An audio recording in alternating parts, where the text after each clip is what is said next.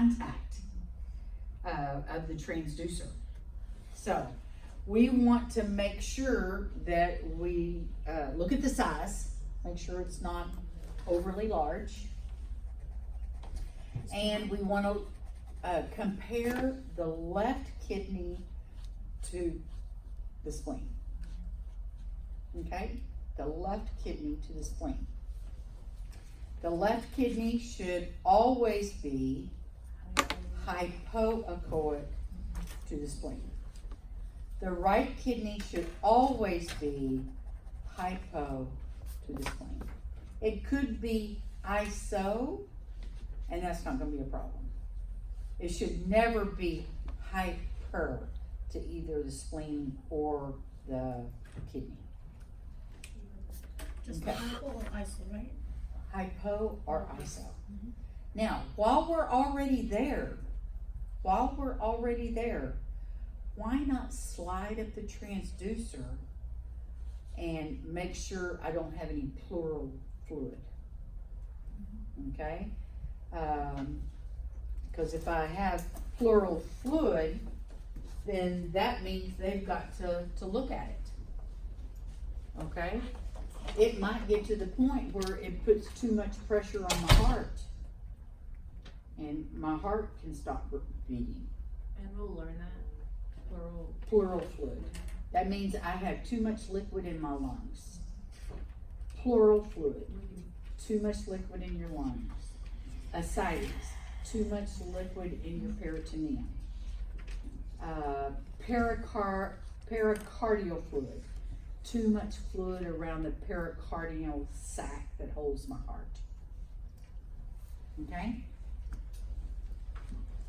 So, that's one of the things that you're going to learn. As we move up the aorta, why not make sure there's not too much fluid around the heart also? Because you're only as good as you can run your machine. So while I'm here, I always just go up in inner space and make sure there's no pleural fluid. Because pleural fluid is another exam.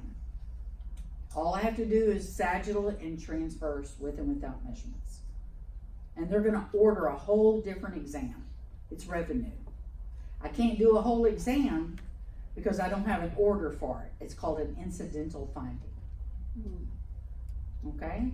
Just like if I'm doing a pelvis and I find that there is only, I have a deformed uterus, I go back up here and I look at the kidneys. There's not a kidney on one side, revenue. They're going to order a renal ultrasound. Does that make sense? Incidental finding. Okay? When will we learn the fluid? Right now. I don't know. You're only going to see it in clinic. And that's why they use the thoracentesis to remove To remove fluid around the lungs. Because your lungs are in a pleural sac. Yes. Is it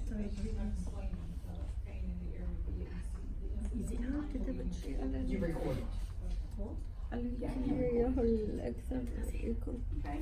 So the learning the fluid part is after the abdominal general.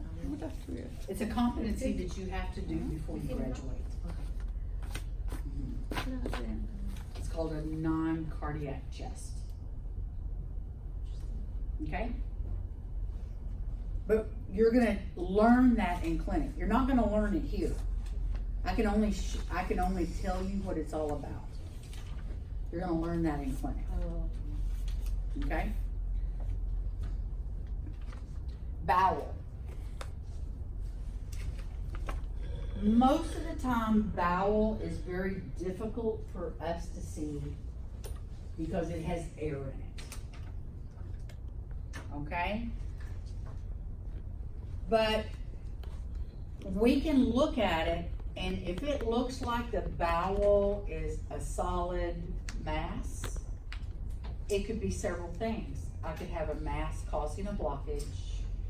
I can measure the wall, make sure the wall is the width it's supposed to be. I can't tell you those numbers right off the top of my head because I don't do enough of them. I can see if, another word, what does hypertrophy mean? Enlargement of organ. Overgrowth. Overgrowth.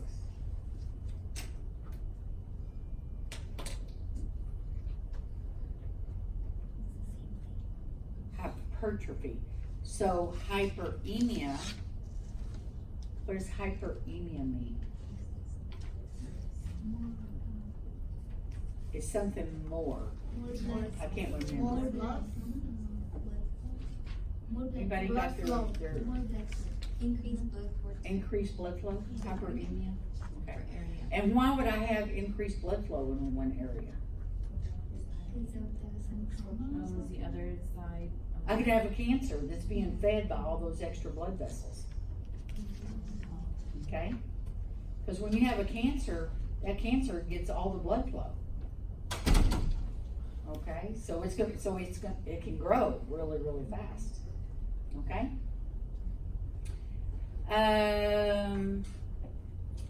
Peritoneal fluid, what is it called? Ascites. Okay. As sonographers, we have to locate the biggest pocket of fluid that they can go in and tap. Okay? Is there a more popular spot? No. Mm-mm. They're gonna want to go where they don't hit any organs or any bowel with a needle. What does fluid look like in an ultrasound? Hypoechoic, just anechoic, just black. Okay? Unless it's malignant ascites. If it's malignant ascites, it has little speckles all in it. Okay? So the bowel duct, you said if it's dilated, there would be no fluid. No color. So if I It were would to, just be anechoic. and if I were to add color and it's not, It would have no color. dilated, No. Dilation and color has nothing to do with one another. it would just stand out, is what you're telling me. I would see a black. Just a black ribbon. Okay? If it's a vessel, I'm gonna see color. Okay? And there again, we always want to document it in sagittal and transverse. And when we look for fluid, annotate. I'm a transverse girl. I like it. I like everything I do in transverse. Okay? Transverse, left lower quadrant, LLQ. Transverse, right upper quadrant, RUQ.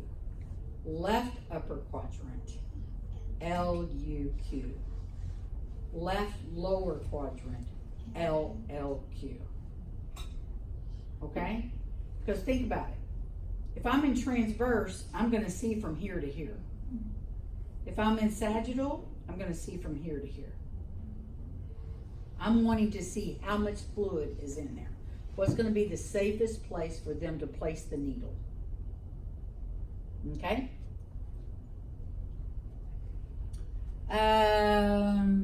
What else? Abdominal walls.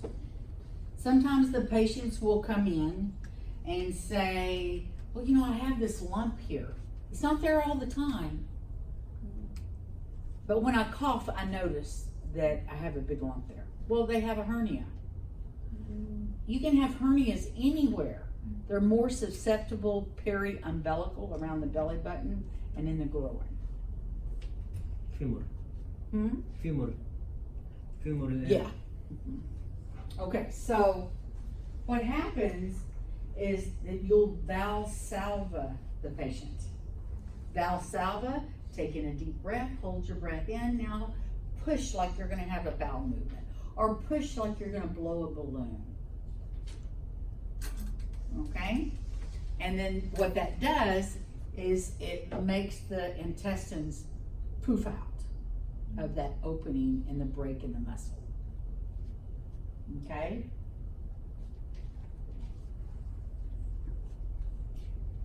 Kidneys, you already know all that. Sagittal, medial, mid, lateral. transverse, superior, mid, inferior. Now, some of the facilities might do superior, superior, mid, mid, mid, inferior, and then inferior, depending upon what radiologist is reading that day. Okay, so don't say, well, Miss Shepherd said. This was how They'll be calling me, and I'll say, they've been taught. Okay, so whatever the protocol is, and the protocols are different at the different facilities. Like, because we have two different facilities that we have medical schools. Smith Clinic and Ben Taub are Baylor College of Medicine. LBJ is UT Medicine or McGovern. Okay? Some places will require you to do sagittal and transverse bladder, and then a post void. You'll go and let them go to the bathroom, come back in, and then you're going to write post void on your film to let them know they've been to the bathroom and this is the residue that is left. Because especially men, when they start having problems with their prostate, their bladder doesn't empty the way that it should. Okay? At Smith Clinic, they measure the cortex on every patient. And the cortex should be greater than 1 centimeter. Bladder wall. Bladder wall empty is around 6 millimeters. Bladder wall full is 3 millimeters. If you have say you're doing a paraplegic, here's my gallbladder, there's my bladder wall. And here is my epithelial. Okay? Neurogenic bladder.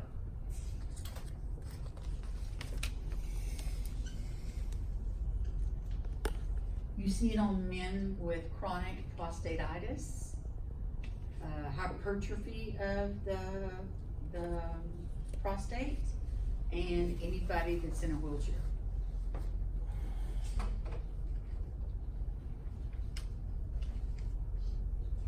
If you see debris in your patient's bladder, you want to turn them either LPO or RPO. Okay, so a little FYI. When you're doing a man, and you're taking pictures of that bladder, roll them LPO.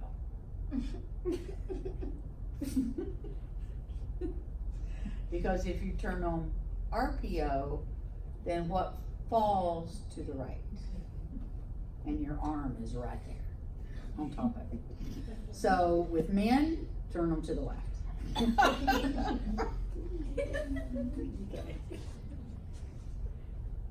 Or you'll be touching that little dingle. Okay? Then you're gonna get embarrassed, and they're gonna get embarrassed, and you're gonna say, it's okay, that's part of the exam. We make sure that that happens.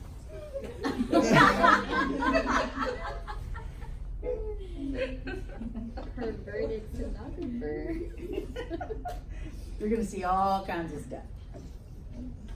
Okay. Did we cover everything on that thing? Doppler. Oh, Doppler, it's too soon to teach you Doppler. But color Doppler is just a push of a button. It shows you how much vascularity is taking place in that area. There's 2 different buttons that control it. You can, it's a knob, it's called Doppler gain, just like your overall gain, but this is Doppler gain. Or you can do the scale. Okay, the scale is on top of that bar. On the right side has a number on the top and a number on the bottom, and it's either red, blue, or blue, red. Aorta. An aorta protocol. Transverse superior, transverse mid, right below the renal arteries, and transverse distal, right above the bifurcation and then the bifurcation. So on sagittals, same thing. Sagittal proximal, it's going to be real close above the liver. The mid is going to be at the renal arteries, and the distal is right where it's tapering up. The bifurcations you have to do separately. Okay? We very, very, very, very seldom get aortas at all anymore because they all go to CAT scan. Okay? But we do get them in sonography because it's cheaper